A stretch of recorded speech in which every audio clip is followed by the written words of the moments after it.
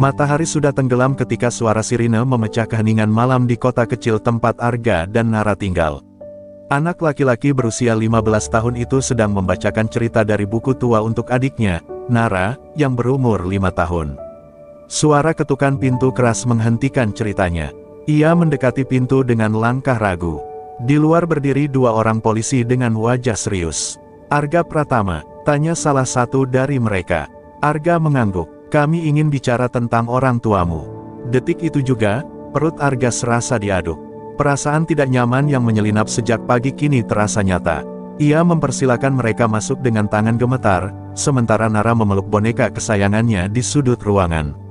Polisi itu menjelaskan dengan suara datar namun tajam. Orang tua mereka mengalami kecelakaan di jalan tol saat pulang dari acara keluarga. Mobil mereka terguling dan menabrak pembatas jalan. "Kami sudah mencoba segalanya," kata polisi itu, tapi Arga hampir tidak mendengar sisanya. Kata-kata seperti, "meninggal di tempat," dan "tidak ada yang selamat," menghantam telinganya seperti palu. Nara, yang tidak benar-benar mengerti apa yang terjadi, hanya menatap bingung. "Kak, kenapa mereka nggak pulang?" tanyanya dengan suara polos. Arga ingin menjawab, tapi kata-katanya tertahan di tenggorokan. Ia hanya bisa menarik Nara ke pelukannya, menutupi wajahnya yang mulai basah oleh air mata. Malam itu, dunia yang selama ini terasa aman dan nyaman runtuh seketika. Setelah polisi pergi, rumah mereka terasa kosong, sunyi seperti kuburan. Arga duduk di ruang tamu sambil menatap foto keluarga yang tergantung di dinding. Itu adalah momen terakhir mereka bersama. Senyuman di foto itu terasa seperti ejekan terhadap kenyataan pahit yang harus ia terima. Kenapa harus mereka? Pikir Arga, penuh amarah dan kesedihan.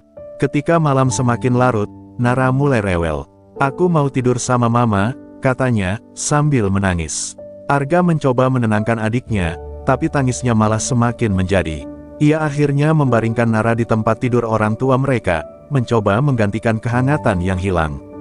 Namun, saat Nara tertidur, Arga hanya bisa duduk di sampingnya, matanya memandang ke langit-langit dengan pikiran kacau. Jam dinding berdetak perlahan, namun bagi Arga waktu terasa berhenti. Ia memikirkan apa yang akan terjadi selanjutnya. Siapa yang akan menjaga mereka? Bagaimana ia bisa melanjutkan hidup? Ia merasa seperti anak kecil yang tersesat di tengah gelap, tanpa siapapun yang bisa menunjukkan jalan keluar.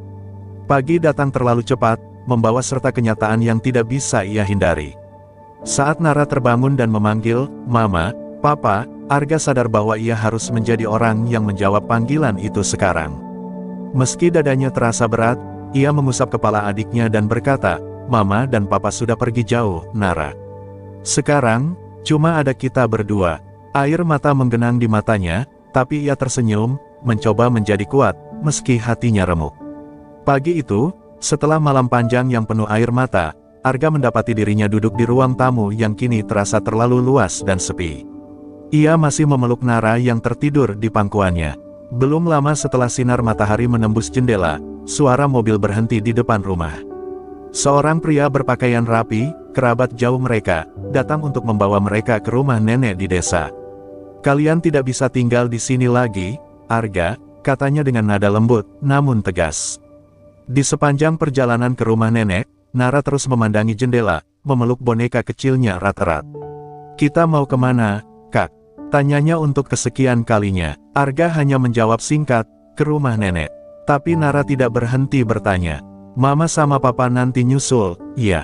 Pertanyaan itu seperti pisau yang menusuk hati Arga. Ia menggigit bibirnya, menahan tangis yang hampir pecah. Ketika mereka tiba di rumah nenek, suasana jauh berbeda dari rumah mereka yang dulu. Rumah kayu kecil itu terasa tua, dengan dinding yang mulai lapuk dan atap yang bocor di beberapa bagian. Nenek menyambut mereka dengan pelukan, namun Arga bisa melihat kerutan di wajah wanita tua itu semakin dalam. "Nenek sudah tua, Nak," katanya pelan. "Tapi kita akan mencoba bertahan bersama." Kata-kata itu terdengar seperti janji yang rapuh. Hari pertama di rumah nenek penuh kekacauan. Arga harus belajar memasak makanan sederhana untuk Nara, sementara nenek lebih banyak beristirahat karena kondisi kesehatannya yang buruk. Nara terus menangis, meminta orang tua mereka. "Aku nggak suka di sini, Kak. Aku mau pulang," rengeknya sambil menarik tangan Arga. Dengan napas berat, Arga memeluk adiknya. Kita nggak bisa pulang, Nara. Rumah kita sudah nggak sama lagi, jawabnya, suaranya bergetar. Malam itu, Arga duduk sendirian di depan rumah nenek, memandangi langit yang dipenuhi bintang. Udara dingin menusuk kulitnya, namun yang lebih menyakitkan adalah rasa kehilangan yang terus menghantui. Ia memikirkan tanggung jawab yang kini berada di pundaknya. Bagaimana ia bisa menjaga Nara? Bagaimana ia bisa memastikan adiknya tetap bahagia? Semua itu terasa seperti beban yang terlalu berat bagi seorang anak berusia 15 tahun. Keesokan harinya, Arga memutuskan untuk pergi ke pasar desa mencari pekerjaan.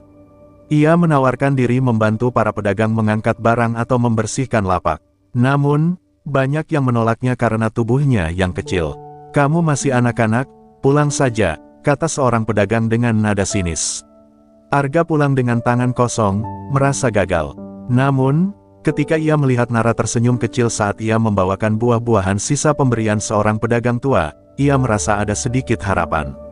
Meski demikian, hidup di rumah nenek tidaklah mudah. Nenek sering jatuh sakit, membuat Arga harus mengurus semuanya sendiri.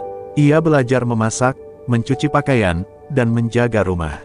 Di sela-sela itu, ia juga harus memastikan Nara tetap bermain dan merasa seperti anak kecil pada umumnya. Namun, senyum Nara seringkali hanya bertahan sebentar sebelum ia kembali bertanya, "Mama kapan pulang, Kak?" Pada malam ketiga, saat Nara tertidur di atas kasur kecil di ruang tengah, Arga duduk di samping nenek. "Aku takut, Nek," katanya dengan suara rendah. "Aku nggak tahu apa aku bisa melakukannya." Nenek menatapnya dengan mata sayu tapi penuh cinta. "Kamu harus kuat, Arga. Untuk Nara, kamu adalah harapan terakhirnya." Kata-kata itu mengendap di hati Arga, menumbuhkan sebuah tekad kecil yang belum ia sadari akan mengubah hidupnya. Hari-hari berlalu dengan lambat di rumah nenek. Arga mulai terbiasa dengan rutinitas barunya, tapi ia tidak bisa mengatakan hal yang sama untuk Nara. Gadis kecil itu sering termenung, memandangi jendela seolah menunggu sesuatu. Malam hari, ia kerap bermimpi buruk dan terbangun sambil menangis, memanggil nama mama atau papa. Arga selalu berusaha menenangkannya, tapi setiap kali Nara menangis, luka di hati Arga seperti kembali menganga. Suatu sore, saat hujan turun dengan deras, Nara tiba-tiba berlari keluar rumah tanpa sepatu. "Mama pasti di luar, aku mau cari mama," teriaknya. Arga yang sedang mencuci piring segera berlari mengejar adiknya. Hujan deras membasahi tubuh kecil Nara yang berdiri di tengah halaman, wajahnya memerah, dan air mata bercampur dengan air hujan di pipinya. "Mama nggak akan pulang, Nara. Mama sudah pergi," kata Arga akhirnya, suaranya pecah oleh emosi. Nara terdiam, matanya melebar, seolah tidak percaya apa yang baru saja ia dengar. Ia mulai menangis semakin keras. "Bohong, Mama nggak mungkin pergi. Mama nggak akan ninggalin aku." Arga tidak bisa menahan air matanya lagi. Ia menarik adiknya ke dalam pelukannya, membiarkan hujan mengguyur mereka. "Aku juga ingin Mama kembali, Nara. Tapi kita cuma punya satu sama lain sekarang," bisiknya dengan suara bergetar. Setelah kejadian itu, Nara semakin sering menarik diri. Ia jarang berbicara, dan senyum kecil yang kadang terlihat di wajahnya perlahan menghilang. Arga mencoba segalanya untuk menghibur adiknya. Ia mengajak Nara bermain boneka, menggambar, bahkan mendongeng, tapi semua usahanya hanya bertahan sebentar. Nara tetap tenggelam dalam kesedihan yang terlalu besar untuk dipahami oleh anak kecil seumurannya. Suatu malam, saat Nara tidak bisa tidur, Arga mencoba membacakan dongeng seperti yang biasa dilakukan mama mereka dulu. Suaranya gemetar, tapi ia memaksakan diri untuk tetap membaca. Dongeng itu tentang seorang kakak dan adik yang tersesat di hutan dan bekerja sama untuk menemukan jalan pulang. Saat cerita selesai, Arga melihat Nara mulai terlelap. Meski matanya lelah, ada sedikit kelegaan di wajah gadis kecil itu. Namun, malam itu juga, Arga menyadari sesuatu. Dongeng itu bukan hanya untuk Nara, tapi juga untuk dirinya sendiri. Ia merasa seperti anak yang tersesat, tanpa petunjuk apapun tentang bagaimana menjalani hidup ke depan. Ia mulai bertanya-tanya apakah ia cukup kuat untuk menjadi pemandu bagi Nara, ketika dirinya sendiri masih begitu rapuh. Di tengah kesunyian malam, Arga duduk di depan meja kecil dengan buku dongeng di tangannya. Ia teringat saat Mama dulu membacakan cerita yang sama untuk mereka, dengan senyuman lembut di wajahnya. Kenangan itu membanjiri pikirannya, membuat dadanya sesak. Tapi ia sadar, sekarang bukan waktunya untuk terjebak dalam kesedihan. Ia harus menjadi pelindung bagi adiknya, sama seperti karakter dalam dongeng itu. Pagi berikutnya, saat Nara bangun, Arga sudah menyiapkan sarapan sederhana di meja.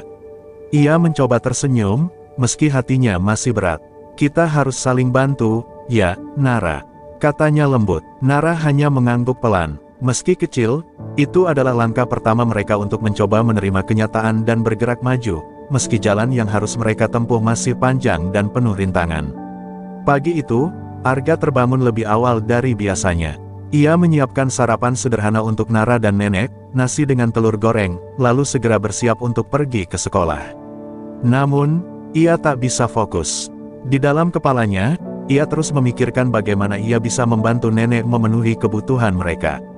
Uang tabungan orang tua yang diwariskan sudah hampir habis, sementara kebutuhan Nara semakin banyak. Di sekolah, Arga duduk diam di bangkunya, tatapannya kosong. Guru menerangkan materi di depan kelas, tapi pikirannya melayang-layang. Ketika salah seorang temannya menepuk bahunya dan bertanya, "Kenapa lo kayak nggak ada di sini, Ga?" Arga hanya tersenyum lemah. Ia tidak tahu bagaimana harus menjelaskan bahwa beban di pundaknya jauh lebih berat daripada kebanyakan anak seusianya. Sepulang sekolah, Arga berjalan cepat menuju bengkel di pinggir desa, tempat ia bekerja paruh waktu. Di sana, ia membantu mencuci motor dan mengangkat barang-barang berat. Tangan kecilnya sering tergores dan tubuhnya lelah, tapi ia tidak punya pilihan. Saat sore tiba, ia menerima upah yang hanya cukup untuk membeli kebutuhan dasar. Ketika ia menghitung uang itu di perjalanan pulang, hatinya terasa semakin berat. Saat Arga sampai di rumah, Nara menyambutnya dengan wajah cemberut. "Kakak pergi terus. Aku sendirian sama nenek. Aku bosan," katanya dengan nada kesal. Arga tersentak. Ia tahu Nara membutuhkan lebih banyak perhatian, tapi ia tidak tahu bagaimana membaginya. "Maaf, Nara," jawab Arga sambil mengusap kepala adiknya. "Kakak harus kerja biar kita bisa makan." Namun, Nara hanya mengalihkan pandangannya, terlihat kecewa. Malam itu, ketika Nara sudah tidur, Arga duduk bersama nenek di ruang tamu. Wajah nenek terlihat lelah, dan batuk-batuknya semakin parah. "Nenek nggak bisa bantu banyak, Ga," kata nenek dengan suara serak. "Kamu sudah melakukan yang terbaik, tapi kamu masih anak-anak. Itu terlalu berat." Arga hanya menunduk, menyembunyikan air matanya. Ia tahu nenek benar, tapi siapa lagi yang bisa ia andalkan. Keesokan harinya di sekolah, guru memanggil Arga ke ruang kepala sekolah. Nilai-nilainya terus menurun, dan guru-guru mulai mengeluhkan ketidakhadirannya di kelas. "Kamu anak yang pintar, Arga. Tapi kalau kamu terus seperti ini, masa depanmu akan suram," kata kepala sekolah dengan nada prihatin. Arga ingin menjelaskan semuanya, tentang tanggung jawabnya, pekerjaannya, dan Nara, tapi ia hanya diam. Ia takut dianggap lemah atau mencari alasan. Ketika Arga pulang, ia mendapati Nara sedang menangis di ruang tengah. Boneka kesayangannya robek, dan ia tidak tahu bagaimana memperbaikinya. Arga duduk di samping adiknya, mengambil benang dan jarum, lalu mulai menjahit boneka itu dengan tangan yang gemetar karena kelelahan. Nara memandangnya dengan mata berkaca-kaca. "Kakak selalu sibuk," gumamnya pelan. "Tapi aku tahu kakak sayang aku." Kata-kata itu membuat dada Arga terasa hangat sekaligus sakit. Saat malam tiba, Arga berbaring di lantai dengan pandangan kosong ke arah langit-langit. Ia mulai mempertanyakan pilihannya. Apakah ia harus berhenti sekolah untuk bekerja penuh waktu? Tapi bagaimana dengan masa depan Nara? Ia merasa seperti berada di persimpangan yang gelap tanpa tahu jalan mana yang benar. Namun, satu hal yang ia tahu pasti, ia tidak boleh menyerah, karena Nara hanya memiliki dirinya. Malam itu, Arga baru saja selesai mencuci pakaian di sumur belakang rumah ketika ia mendengar bisikan dari tetangga yang sedang berkumpul di depan rumah nenek. Mereka berbicara pelan, tapi cukup keras untuk didengar. Kasihan anak-anak itu, tapi apa mereka bisa hidup seperti ini terus? Neneknya sakit-sakitan, anak laki-lakinya masih kecil, dan adiknya butuh perhatian lebih, kata seorang wanita dengan nada prihatin.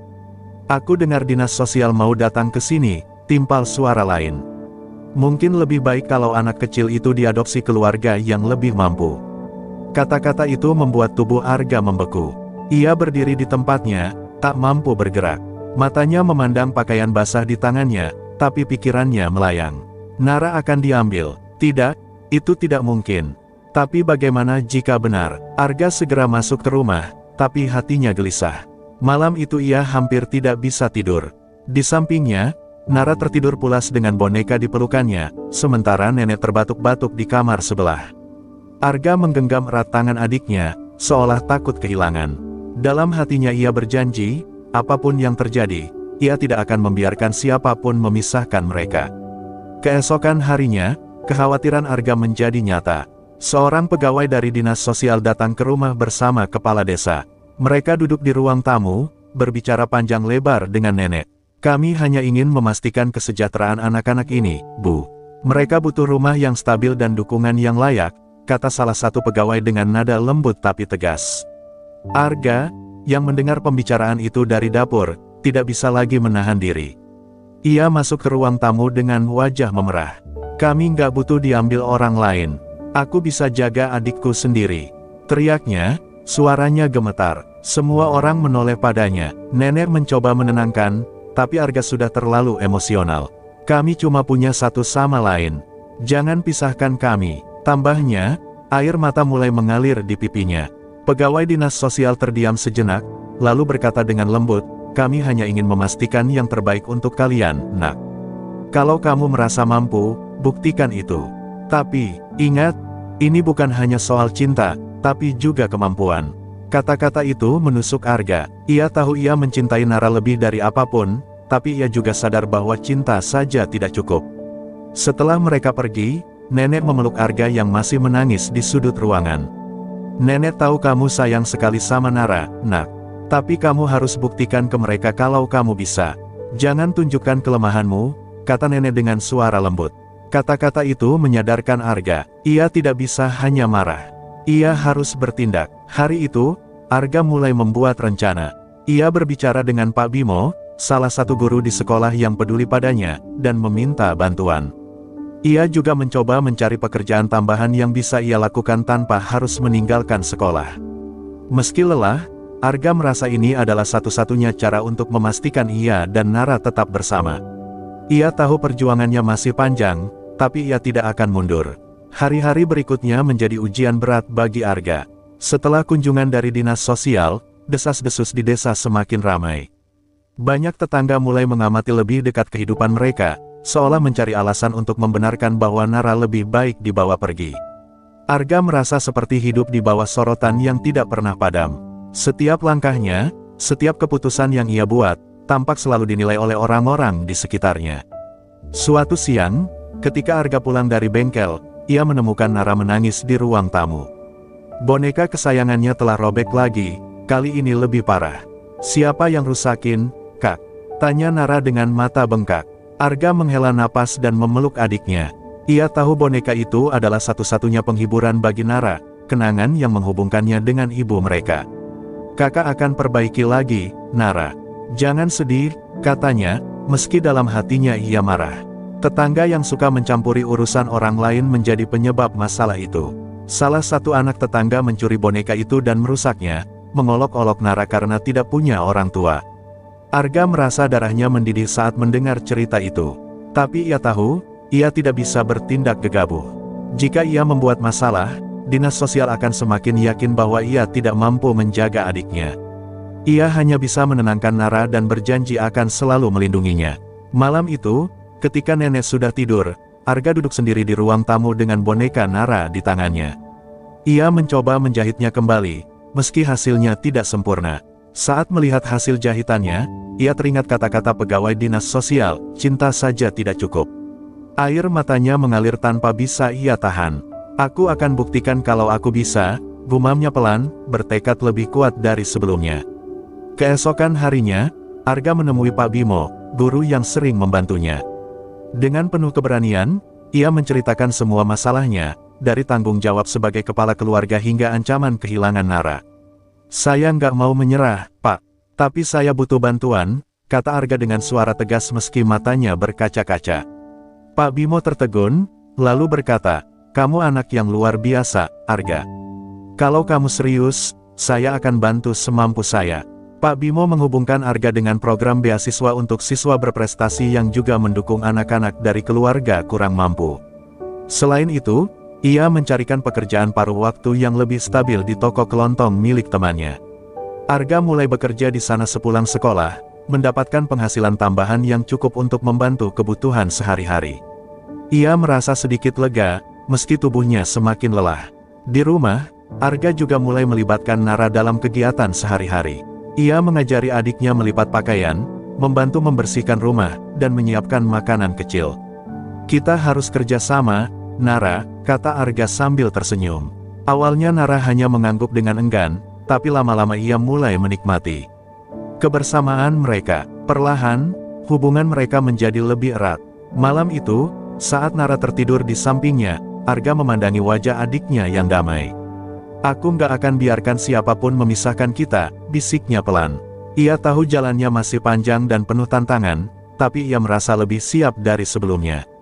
Dengan dukungan nenek, Pak Bimo, dan tekad yang kuat, Arga berjanji pada dirinya sendiri untuk menjadi pelindung yang layak bagi Nara, apapun yang terjadi. Hari itu, awan mendung menggantung di atas desa, membawa suasana suram yang entah kenapa terasa lebih berat bagi Arga. Ketika ia pulang dari toko kelontong tempatnya bekerja, ia mendapati nenek terbaring di ranjang dengan napas tersengal-sengal.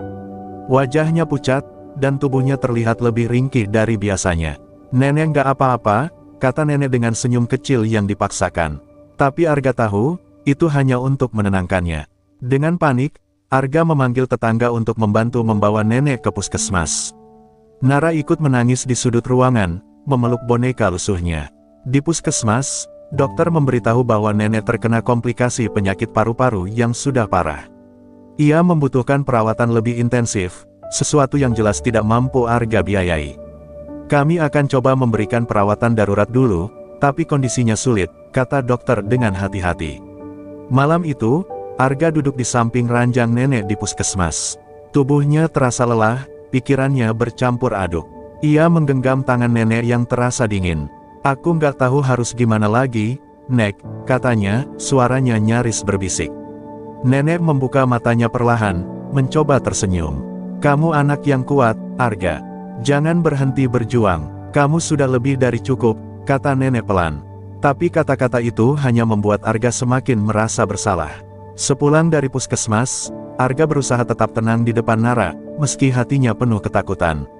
Nara bertanya dengan suara kecil, "Nenek bakal sembuh, kan, Kak?" Arga terdiam sejenak, mencoba mencari jawaban yang tidak akan menyakiti adiknya. "Kita berdoa untuk nenek, ya," jawabnya akhirnya, menggenggam tangan kecil Nara. Jawaban itu membuat Nara menangis pelan, tapi ia mengangguk. Dalam beberapa hari berikutnya, keadaan nenek semakin memburuk. Arga harus bolak-balik antara sekolah, pekerjaan, dan puskesmas. Tubuhnya semakin lelah, tapi ia tidak punya waktu untuk mengeluh. Uang yang ia hasilkan hampir habis untuk biaya obat-obatan nenek, dan ia mulai berutang kepada Pak Bimo. Meski Pak Bimo tidak pernah menuntut, rasa malu dan tekanan itu semakin menghimpit hati Arga. Suatu malam, Nara terbangun dari tidur dan mendapati Arga duduk di lantai, menangis dalam diam. Dengan langkah kecil, ia mendekati kakaknya dan memeluknya dari belakang. "Kakak jangan sedih, aku ada di sini," kata Nara dengan suara polosnya. Kata-kata itu membuat Arga merasa sedikit lebih kuat. Ia menyeka air matanya dan memeluk adiknya erat-erat. "Terima kasih, Nara," bisiknya. Namun, cobaan semakin berat. Dinas sosial kembali datang, kali ini membawa perwakilan dari sebuah keluarga yang ingin mengadopsi Nara. "Kami tahu kamu sudah berusaha keras, Arga," kata salah satu petugas. "Tapi dengan kondisi nenek dan bebanmu, mungkin ini yang terbaik untuk Nara." Kata-kata itu membuat dada Arga terasa seperti dihantam batu besar. Ia mencoba menolak dengan sopan, tapi tekanan dari mereka semakin besar. Arga tahu ia harus segera mengambil keputusan besar, mempertahankan Nara di tengah semua kesulitan ini, atau merelakan adiknya pergi demi kehidupan yang lebih baik. Malam itu, ia duduk di teras rumah nenek, memandangi langit yang gelap. Hatinya penuh keraguan dan ketakutan. Tapi ketika ia mendengar suara lembut Nara memanggilnya dari dalam rumah, ia tahu satu hal pasti, ia tidak akan pernah menyerah untuk adiknya, apapun risikonya.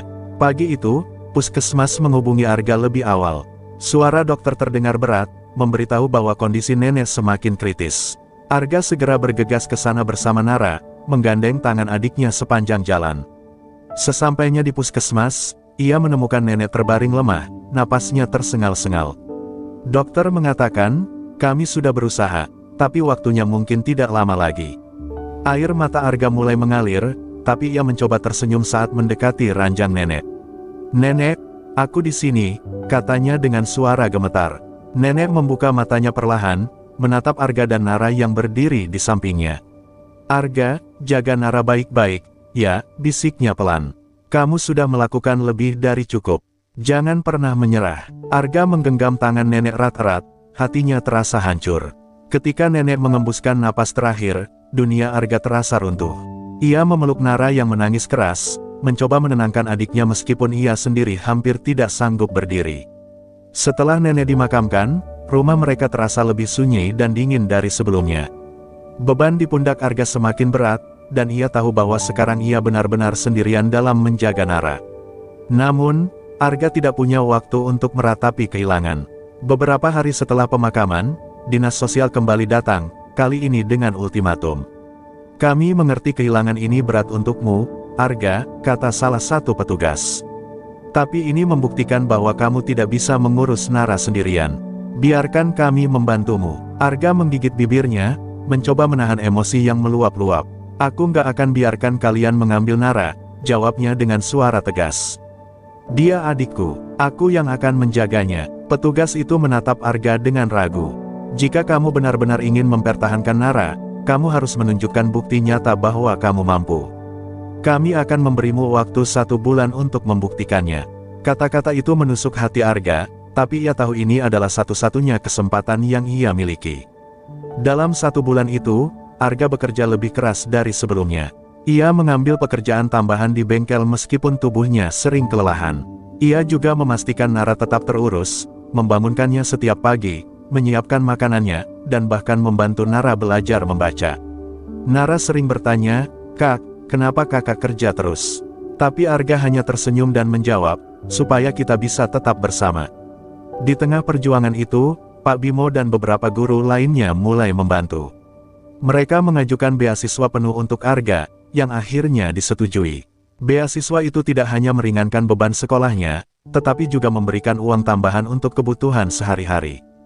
Dukungan dari guru-guru itu memberi Arga harapan baru, meskipun tekanan dari dinas sosial masih menghantui pikirannya setiap malam.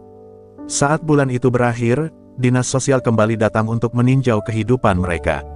Rumah kecil itu terlihat lebih terawat, dan Nara terlihat lebih bahagia dibanding sebelumnya. Kami melihat ada perubahan besar, kata salah satu petugas. Tapi apakah kamu yakin bisa terus seperti ini, Arga? Dengan suara penuh keyakinan, Arga menjawab, aku yakin. Selama aku masih bernapas, aku akan menjaga Nara. Jawaban itu membuat petugas terdiam, dan mereka akhirnya memberi kesempatan lebih panjang untuk Arga membuktikan dirinya. Setelah beberapa bulan berlalu, Arga merasa seperti kehidupannya mulai sedikit lebih ringan. Meskipun beban masih terasa berat, ada secercah harapan yang tumbuh di dalam dirinya. Ia tidak lagi bekerja sendirian, karena kini ia mendapat beasiswa dan bantuan dari beberapa orang yang peduli padanya. Nara, meskipun tetap membutuhkan perhatian ekstra, kini lebih ceria, dan itu membuat hati Arga sedikit lebih tenang. Namun, ancaman dari dinas sosial masih belum sepenuhnya hilang. Suatu pagi, saat Arga sedang membersihkan rumah, ia melihat sebuah surat resmi dari dinas sosial di meja. Surat itu membuat jantungnya berdegup kencang. Ia membuka surat itu dengan tangan gemetar, membaca setiap kata yang tertulis. Kami akan melakukan evaluasi terakhir dalam 1 minggu ke depan. Kami berharap kamu dapat menunjukkan kemajuan yang lebih signifikan. Arga mendengus pelan, matanya mulai berair. Evaluasi terakhir, apa yang harus ia lakukan lebih dari ini? Namun, semangat Arga tidak goyah. Ia tahu ia tidak bisa menyerah, tidak sekarang. Ia mulai merencanakan langkah-langkah kecil yang dapat membuktikan bahwa ia benar-benar mampu menjaga Nara. Ia memperhatikan setiap detail, mulai dari memastikan Nara tidak terlambat sekolah hingga menyiapkan makanan yang lebih sehat. Setiap kali Nara menunjukkan senyum lebar, Arga merasa itu adalah hadiah yang lebih berharga dari segala usaha keras yang ia lakukan. Nara juga mulai menunjukkan perubahan. Ia tidak lagi menangis setiap kali Arga pergi bekerja atau sekolah. Ia mulai membantu kakaknya, mengurus tanaman di halaman rumah, atau membuatkan Arga secangkir teh saat ia pulang. Setiap kali Arga merasa kelelahan, ia hanya perlu melihat senyuman Nara untuk merasa lebih kuat. Ada kebersamaan yang semakin tumbuh di antara mereka, sesuatu yang tidak bisa digantikan oleh apapun. Malam itu, setelah seharian bekerja keras, Arga duduk di teras rumah. Ia memandang bintang-bintang yang berkerlap-kerlip di langit. Dalam hatinya,